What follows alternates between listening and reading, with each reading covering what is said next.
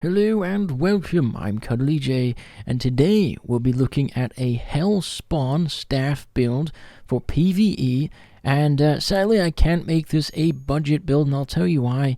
The staff is over 1 million, I think it's like at 1.6 million at the moment, 1.5 million silver for this, so sadly I can't put budget in this, but I thought I'd share with you a PvE build that's a lot of fun, and I'm going to be honest, for me, I think this looks badass. I think this is cooler than the werewolf, being this Hellspawn bat thing here. This is so cool. So yeah, let's get straight into this build, shall we? So we are, of course, starting off with the Hellspawn staff. But, oh my god, it's worth even more now. It's 2.6 million. My goodness, yeah, this is expensive. But yeah, for our first ability, we're going with Reality Fissure. This is basically just an attack. You cause a brief crack in reality in the targeted direction of your choice. You deal 256 magical damage to all the enemies it hits. And then if you hit at least one enemy, it'll apply one shift charge on you. We'll get back to shift charge if you don't know what they are in a moment. Now, you can continue this combo and go for a second Reality Fissure. It's the exact same attack, but this time it will deal 438 magical damage to all the enemies it hits. And then hitting at least one enemy will apply 2 shift charges on you, and you can continue the combo. Now, shift charges are consumed to empower the abilities of your shape. So whatever you transform into, there will be a blue bar, and whenever that's filled up, that's when you should transform, and you can use your abilities when you're transformed and deal more damage. So for our second ability here, we're going with Distortion. So this is an AoE ability. I needed this for the dungeons and all. A lot of the PvE mobs just need cleared out. So you basically group them up, you throw this down, and you're going to deal 256 magical damage every 0.57. Oh, what? Every 0.75 seconds. Sorry about that. But yeah, it'll slow enemies as well within it by 20%. And then each enemy you hit, it'll apply 1 shift charge on you, and you get this up to 2 times. For our passive, I've just gone with Altered Beast. When transforming, you increase your max and current health by 2% for 5 seconds for each shift charge, and then it stacks up to 5 times. Now, the actual transformation itself. This is so badass, by the way. This is my personal favorite staff so far out of all of them. I still have a couple to try, but let me know in the comments below what your favorites are. Basically, you're going to tap this, and it's called Hellfire Imp Transformation. You're going to transform into the Hellfire Imp, the bat-looking thing, for up to 30 seconds, and this will change your abilities and stats. So your offensive is very high, so you're going to deal a lot of, damage. Defensive is very low, though, so you're very squishy. And then your energy regeneration is very high. So the cool thing is you can, let's say you're low on your mana, your energy, right? You can legit just tap this button, turn into a bat, get all your mana back, and then tap back to human form. So it's really handy indeed.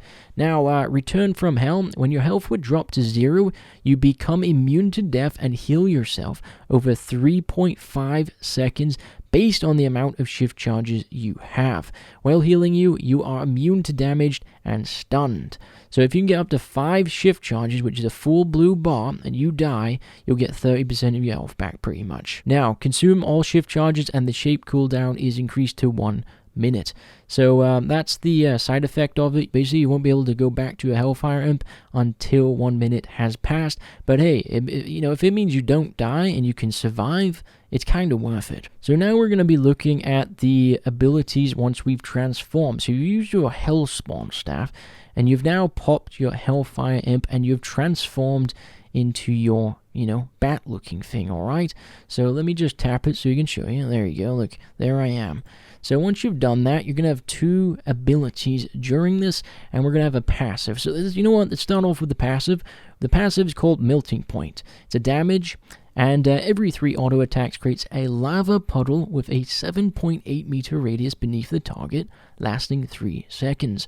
It deals 93 magical damage versus mobs every 0.5 seconds. So it is perfect for dungeons and PvE, especially when you have larger groups of enemies. You can just keep auto-attacking, and a lava pool, will pop up and deal damage to them. It's really handy indeed. Now, the next ability is the old Fire Flash Orb. This is damage mobility. So you shoot a Hellfire Orb in a targeted direction of your choice.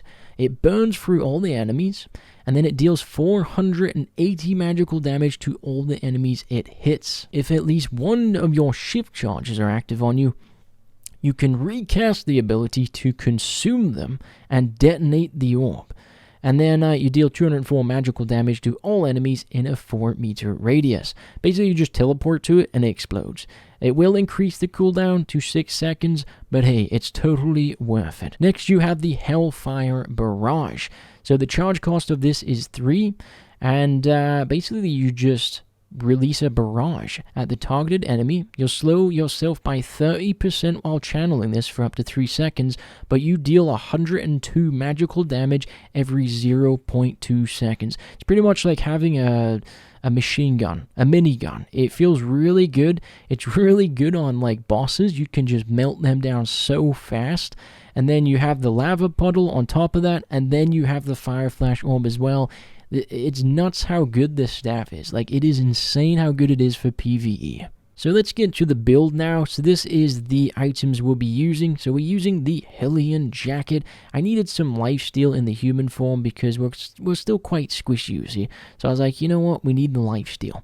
So you just go with lifesteal aura, pop this, especially if there's a huge group around you, and then within a 7-meter radius, it'll deal magical damage to up to 5 enemies, and basically it'll steal 50% of the mob's health the enemies have lost and give you it. So it's really good, especially in large groups of enemies. So make sure you pull them all together, and then you pop this.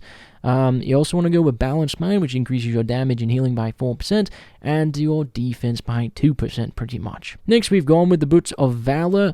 Now, these are expensive, and I understand if you're a newer player, you won't be able to afford these. So if you're on a budget, go with the Guardian Boots or Soldier Boots. I'd recommend Guardian Boots. They give you a bit more, they're probably second best to this. So, but yeah, go with Boots of Valor if you can afford it. Go with Rejuvenating Sprint, give you 8% move speed, and then Healing for 118 over 5 seconds. And then, of course, go with Toughness to give you a bit more defense for the passive. Next, we've gone with the Soldier Helmet. The main reason I wanted to do this was for the passive to increase your defense, but the blocks comes in handy. If you know you can't dodge something, or you're just too lazy, pop this. It'll block the damage for 2.5 seconds, and you can move while channeling, so you can get out of, sticky situations in PvE. So it's really good. I enjoy it. It's one of my favorite helmets. For your bag, you're just going to go with a normal bag, and of course for your capes, if you can afford them, you don't have to have these capes. You can just go with a normal cape, but if you can afford them, go with the Avalonian cape. Basically it activates when you perform an auto attack. It'll collect energy at the core and then unleash like an energy thing around you in a 6-meter radius. It deals 296 magical damage, and then it reduces the damage of enemies hit by 15% for 4 seconds. But yeah, I just really like this cape. But if you can't afford that, go with the Mortlock cape. So this is more of a defensive cape. It activates when your health drops below 25%, and it will protect yourself with a shield, increasing your defense versus all by 50% for 5 seconds. So it'll make you a lot more tanky. So go with either of those. You don't need the Limehurst cape. As I said, when you are using the Hellspawn staff and you transform into the Imp, you basically get all of your mana back from the energy regeneration. So there is no need for a Limehurst cape. Now for potions and all, I've gone with the minor healing potion, just so I can have a bit more health, because I'm a little bit squishy. But if you feel pretty comfortable, go with a poison potion. It's really up to you and how you play. And then for our regeneration, our health regeneration outside of combat, I've just gone with carrot soup. I keep it cheap as I can because, I just like keeping it cheap, Overall, I hope you enjoyed this video. It was a fun Hellspawn staff PvE build, and I have to say, this is such a fun PvE staff indeed. I love the look of it. I love the feel of it. It's my type of gameplay, and I hope some of you enjoy this staff as well. And if you can't afford it yet, I hope you can afford it soon, because yes, it is ridiculous how expensive these are right now, and we don't know if they're going to go up or down because of the rarity of them. So we will see in the future, and hopefully they'll become at least affordable for most players. If you enjoyed the video and all, and I hate to ask, but I need to, please leave a like and subscribe, and of course, leave some comments below on your opinion on your favorite staff and all, and tell me what you think about the prices. Do you think they're fair at the moment, as they did just come out, so it makes sense why they're expensive, but maybe they should be, a lot cheaper as the time goes on. So fingers crossed they do go down on price. By the way, if you do come check me out on Twitch, just come say hello, because I do appreciate it. Anyway, I'll see you in another video. Bye-bye!